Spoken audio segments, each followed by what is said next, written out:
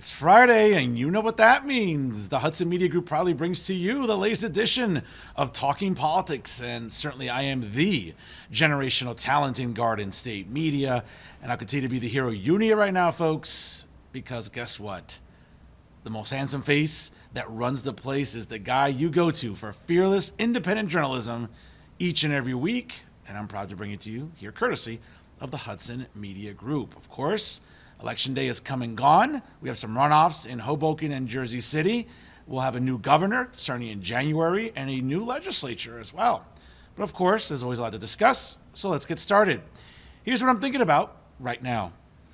Well, folks, yes, Election day is come and gone, and obviously the results are not what I was anticipating on a statewide level, with a third Democrat term now that is coming here in the state of New Jersey, with the election of U.S. Representative Rebecca Mikey Sherrill, and she will be taking over for two-term limited Phil Murphy coming up in January.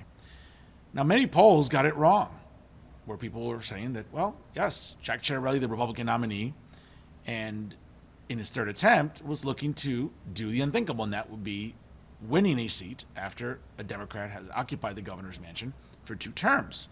Now, that didn't happen. It wasn't just a narrow victory. It was a stunning rebuke of Republicans statewide, as Sherrill won by more than 14 points, even as vote by mail and other provisional ballots are still being counted. So, of course, Democrats, progressives, the left, you name it, we're all giddy after Election Day. And subsequently, a couple days later in Atlantic City, of course, you want to talk about some bad political actors in New Jersey, and I talk about it all the time, whether it's in academia, journalism, media, activism, folks, you name it.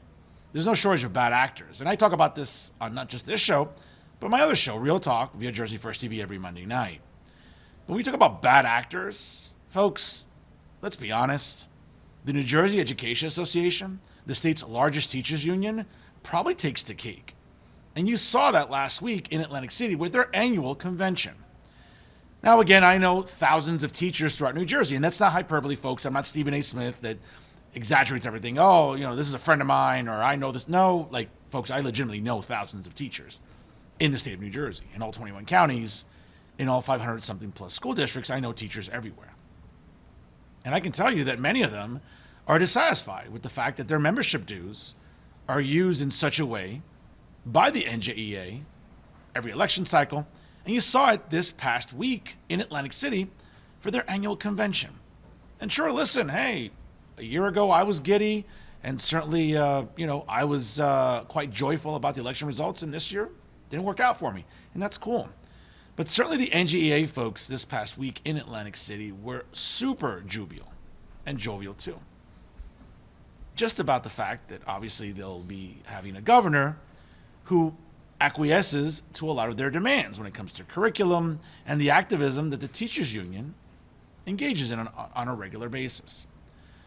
Now listen, you can have workshops, you can have symposiums, and that's fine. I mean, that's what you're supposed to be doing, or at least attending, when you're in Atlantic City during those days in early November. Someone must have forgotten to tell the NJEA executive board about that, because what we saw weren't helpful workshops where, teachers, for example, can catch up on some pointers about producing better lesson plans, improving upon the educational standards that kids are still lacking in. Don't believe me, folks? Check out the reading and writing levels in shitholes like Trenton and New Brunswick and Newark and Patterson and Camden and Atlantic City and Plainfield. Well, yes, you would think that that's the priority of not just the Department of Education in Trenton, but also the teachers union, because they're working on behalf of teachers. Well, again, you wouldn't know that last week in Atlantic City during this convention, because it seemed like drag queen story time, coddling the alphabet mob, and all the other woke bullshit that the NGA loves to participate in was front and center. So tens of thousands of your membership dues, folks, for those of you that watch this show and are teachers, you should be livid about how it's spent. Never mind the fact that over $40 million was spent to support a failed candidate, former Montclair mayor and former NGA president Sean Spiller, who couldn't even get $1 of private donations towards his gubernatorial campaign and came in dead last during the Democrat Party primary earlier this June. So teachers are wanting some accountability. They want to know where these $40 million went to. Well, some of that money obviously went to a field campaign like Sean Spiller's, but some money also went to what I would call a just despicable display of woke nonsense, courtesy of the state's largest teachers union. And you would think, obviously, of course, teachers are going like, hey, finally, I get a chance to learn some new classroom strategies. No, there were workshops just simply called Drag is Not a Crime. All right? And of course, as you see there, you can see that some of the artwork from certain pride organizations were very emphatic and almost defiant during last week's convention. Now, folks, listen, you can do whatever you want with the pride flag. I don't care. I don't care to fly one. I never will. But to just roll up an American flag and just cover that up with a pride flag, that's just disrespectful. It just is. That's not me being a conservative. That's not, you can be progressive, conservative, libertarian, liberal, a Republican, a Democrat. It doesn't matter, folks. I think we're Americans. I don't think anyone likes that visual. But you saw that front and center once again last week at the NGA convention, right? And obviously, and this is what's really interesting here, obviously, the conference kicked off with, LGBTQ plus activities, drag, genders, cultures, and what they call educational programs, again, front and center last week in Atlantic City. Now, let me just give you a sense of what some of the courses were like and the workshops. You would think, again, workshops that help teachers prepare their lesson plans. Okay, folks, I've worked in education for quite some time in higher ed and obviously at the local level. So I understand the workload and the preparation that goes into preparing a syllabus, also lesson plans, and I understand what goes into producing curriculum. And you would think that teachers, even new teachers that see this conference as an opportunity to A, network with fellow teachers and those that are experienced in the field, but B, also to sit through workshops that will actually benefit them in the classroom. But no, that's too much work for the NGA, or that's too holistic or too wholehearted of a mission for the NGA to participate in. Instead, we got workshops titled as the following. So, for example, one of the sessions at the NGA convention was called the NJ Law Against Discrimination and Its Protections for LGBTQIA+. Folks, really? I mean, Jesus Christ. I mean, we're running out of letters in the alphabet. I mean, we're going into symbols now. Like, at what point do we put in a division sign or a multiplication sign or a minus sign or like a square root sign? Like, really? Is this where we're at now? Do we need to incorporate more letters of the alphabet now into this? Now, this session focused on the legal protections for LGBTQ plus IA, whatever, students in New Jersey. Folks, I don't care. I really don't care. And I know many of you don't either. I mean, there's something called federal hate crime statutes. They exist for a reason. There's hate crime statutes in New Jersey. Really? You want to talk about semantics and overkill? This is what this bullshit is. Okay? It's in the handbook for new teachers and even for subs. Again, it's not just federal law, but also state law. But this is what we're wasting workshop time on? Really? Here's another good one. Another workshop. Sexual Orientation and Gender Identity, SOGI Breakfast. An opportunity for networking and discussion focused on SOGI issues. What issues? Folks, again, I'm a proud graduate of Memorial High School in West New York. And God rest his soul, but Dr. Louis Marchesani was my AP biology teacher. And I was privileged to take courses with him, not just AP biology, but also anatomy and physiology. You know what I learned many decades ago in biology? Well, I have to tell you, that's rhetorical. Can we stop with this gender identity nonsense, this social construct bullshit that the left and progressive seems to fixate on? Okay. Folks, here's the reality, and it seems like the NGA, maybe their executive board and their new president, maybe they slept through high school biology. No amount of makeup and make-believe and wearing dresses and chopping off your, is going to make you a woman. Sorry. We know what your chromosomes are. Okay? You're never going to menstruate. Okay? You don't have a uterus. Okay? Sorry. Men are never going to be women.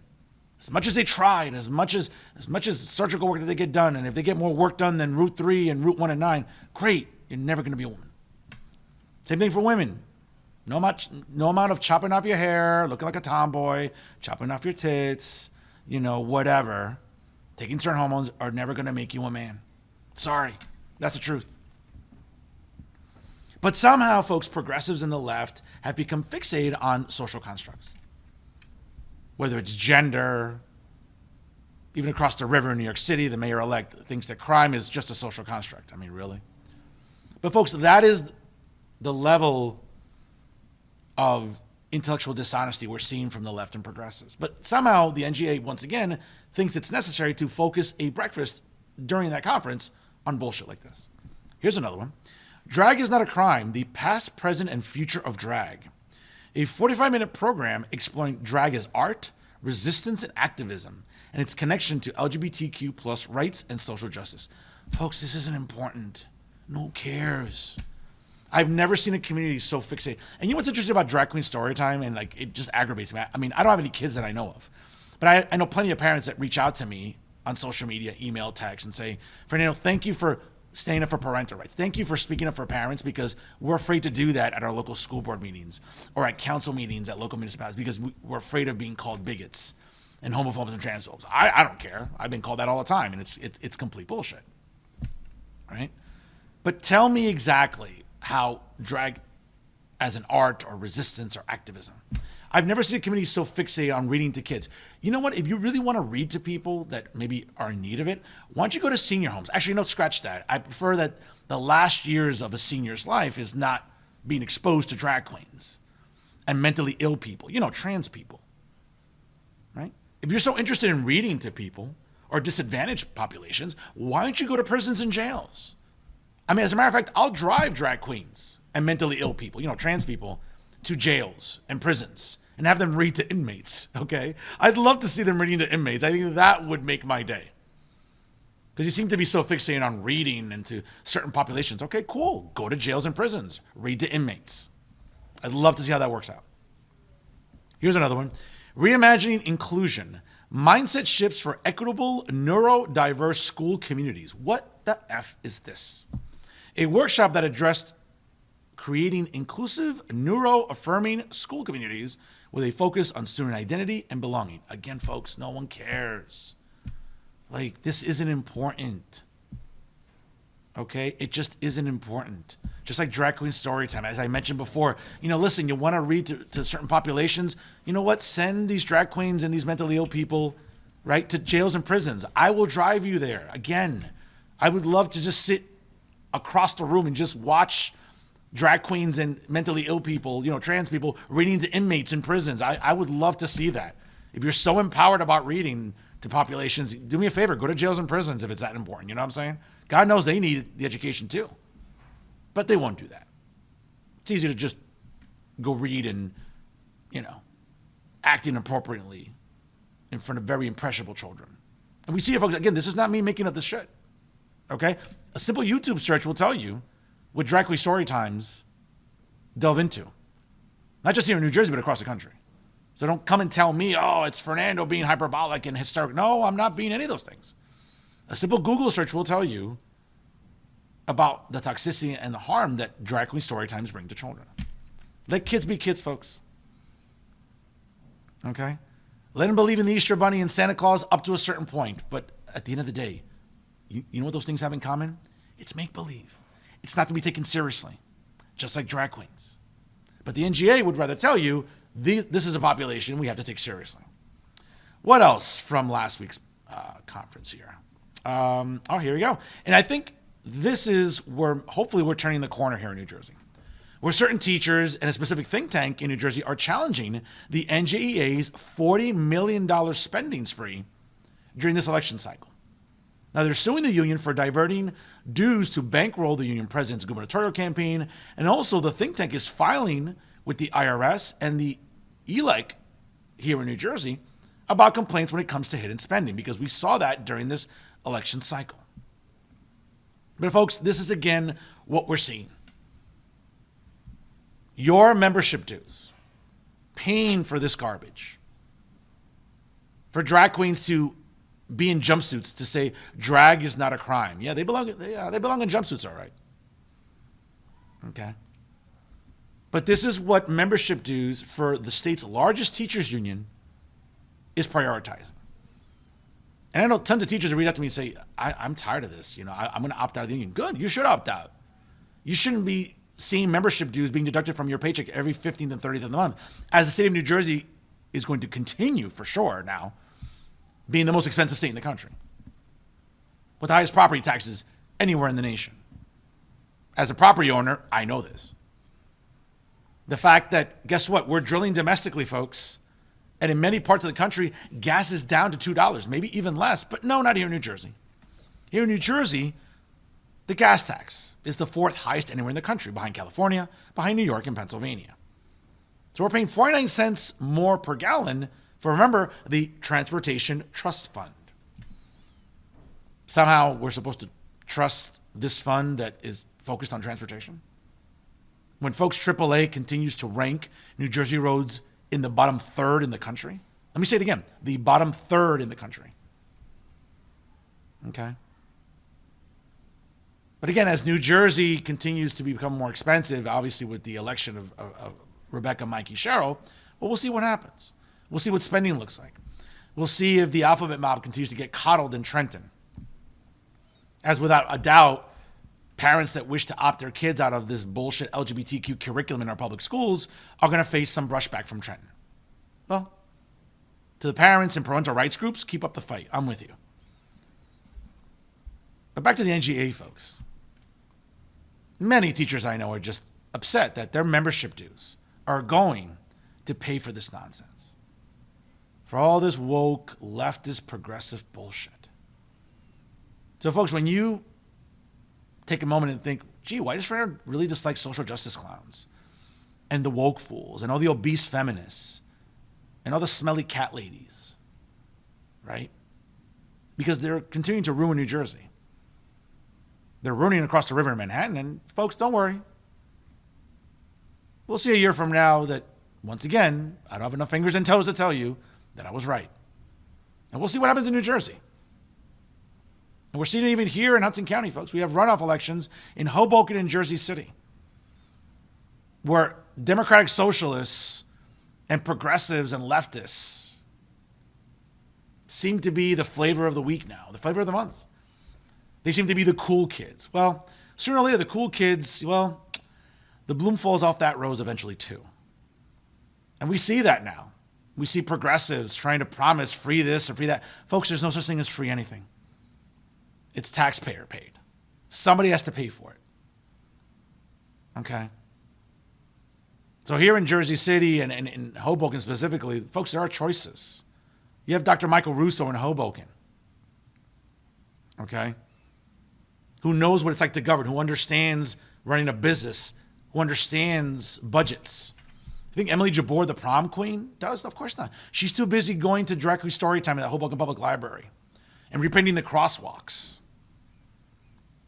And you would think that after 8 atrocious years of Ravi Bala, right, that we inherited because of Don Zimmer coming out saying now, the former mayor, oh, we need to, move past. Move past what? The bullshit of Ravi Bala? We're just going to get more of it with Emily Jabor. And again, if you allow her friends, the charisma vacuum Phil Cohen, well, again, folks, if you are ever stuck in an elevator with him, with the size of that nose, you'll definitely pass out from oxygen deprivation. And if there's a liquor cabinet anywhere, make sure you lock it, because if Joe Quintero's near it, you know what's going to happen to that liquor cabinet. But those are the children running in Hoboken. Those are the type of children that the NGA and other unions will endorse. Same thing in Jersey City. You have a proven track record of leadership with Jim McGreevey.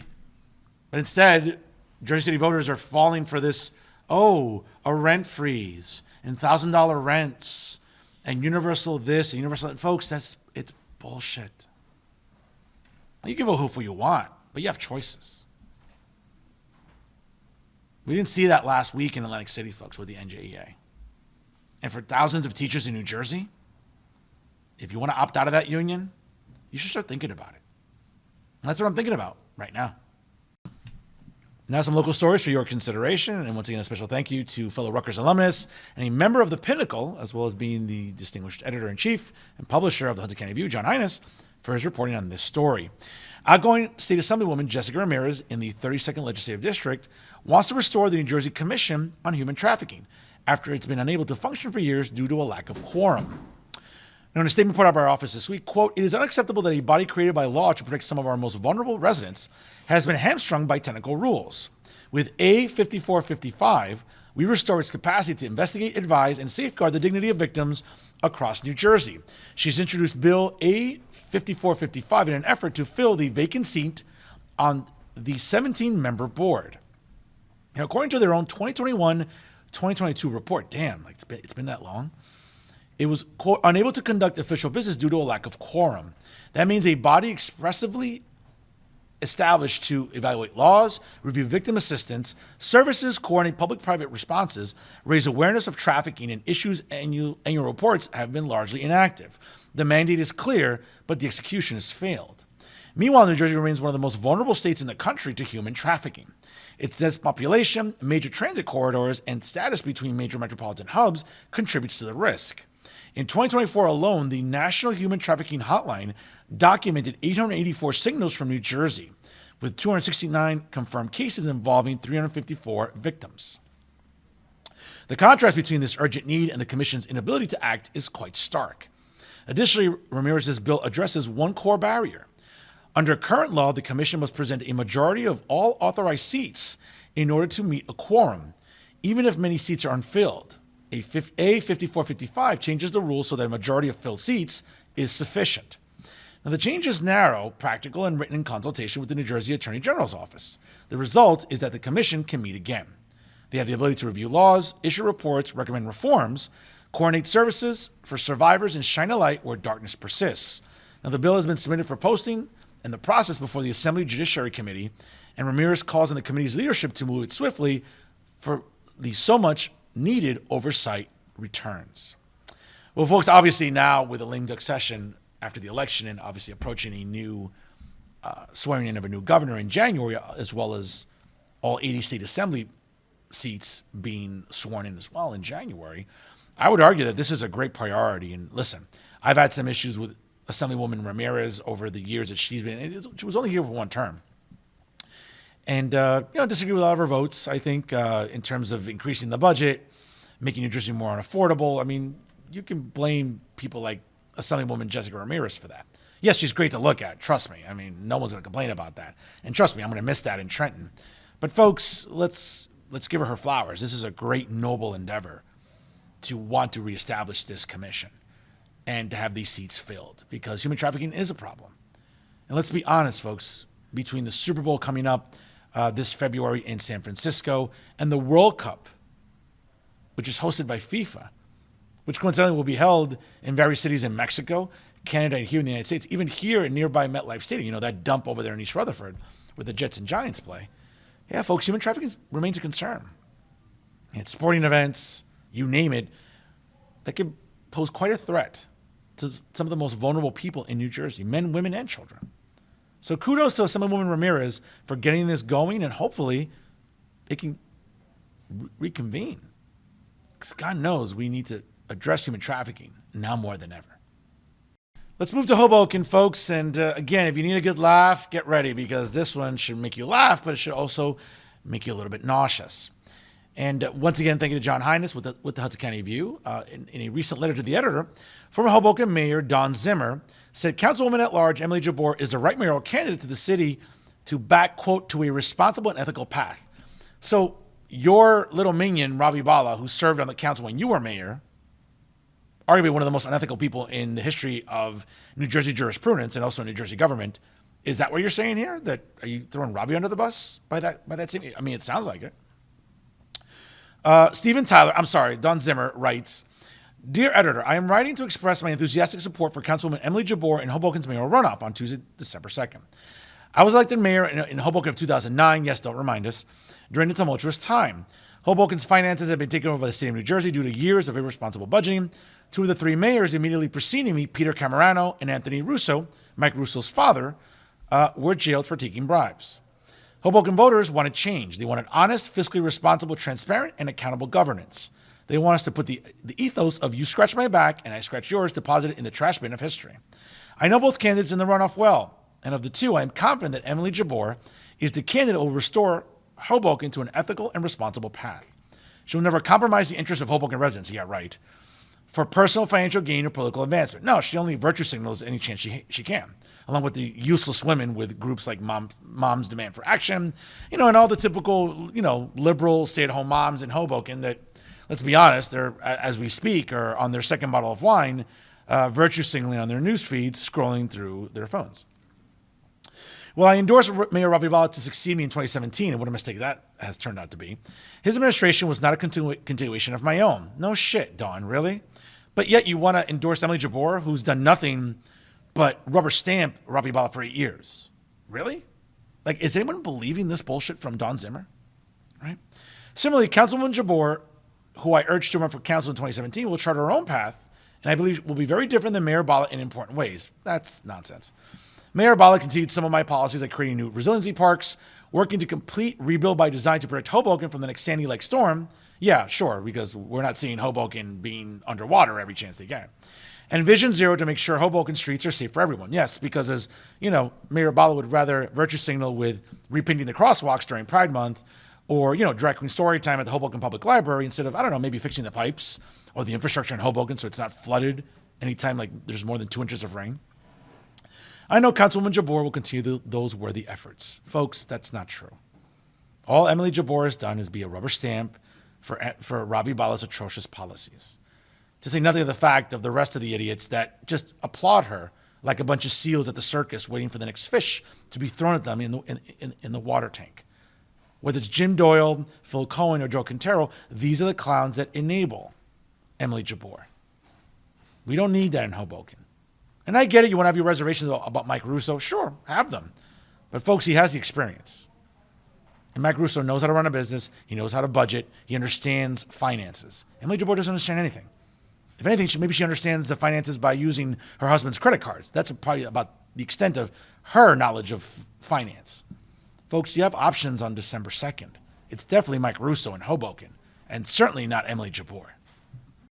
Folks, mark it on your calendar as we are 1 month away from the annual tradition of Holiday Happy Hour, my annual toy drive, to benefit local children during the holiday season. So once again, mark it on your calendars for Friday, December the 12th at the world-famous One Republic in North Arlington, New Jersey, right off of Route 3, the Garden State Parkway, and the Jersey Turnpike for Holiday Happy Hour 2025. Joining me will be my outstanding co-hosts, Nikki Kane and Vladimir Carrero. We'll greet you at the door, and all we're asking is one unwrapped toy. And once we receive it from you, folks, you'll get a drink ticket there at One Republic. We'll have great sponsors, and obviously, folks, we'll have great music and entertainment all night long. And I even hear that Santa Claus might make an appearance during the evening. So once again, folks, mark on your calendars for Friday night, December the 12th at the world-famous One Republic in North Arlington for Holiday Happy Hour 2025, which starts at 7 p.m. and will be going until closing time. And folks, let's make a difference for all our local kids during the upcoming holiday season. And that's our show for this week. Once again, folks, to check out the leader in independent media here in Hudson County, you can always rely on the Hudson Media Group. Make sure you like them on Facebook, follow them on Instagram and X, and don't forget to subscribe to them on YouTube. We have great content available every single week, courtesy of the Hudson Media Group. Not just including this show, Talking Politics with Fernando Uribe, but Hudson County View Live every Wednesday with John Hines, Stick at Night with Hudson County Commissioner Anthony Romano, and of course, all the great stuff going on with the North Bergen Board of Education, courtesy of Greta Hernandez, and all the great boys and girls in the North Bergen School District. Folks, again, we bring you content that matters, creates conversations, and incredible dialogues. Trust me, no one does it better than the Hudson Media Group. And folks, always remember, if it's unbiased, unfiltered, and unafraid, it's Talking Politics right here with the Hudson Media Group. I am the generational talent in Garden State Media, and certainly the hero you need right now, folks, now more than ever. Fernando Uribe saying so long, folks. Please party responsibly. Thanks for stopping by, and always remember, stay classy, everyone.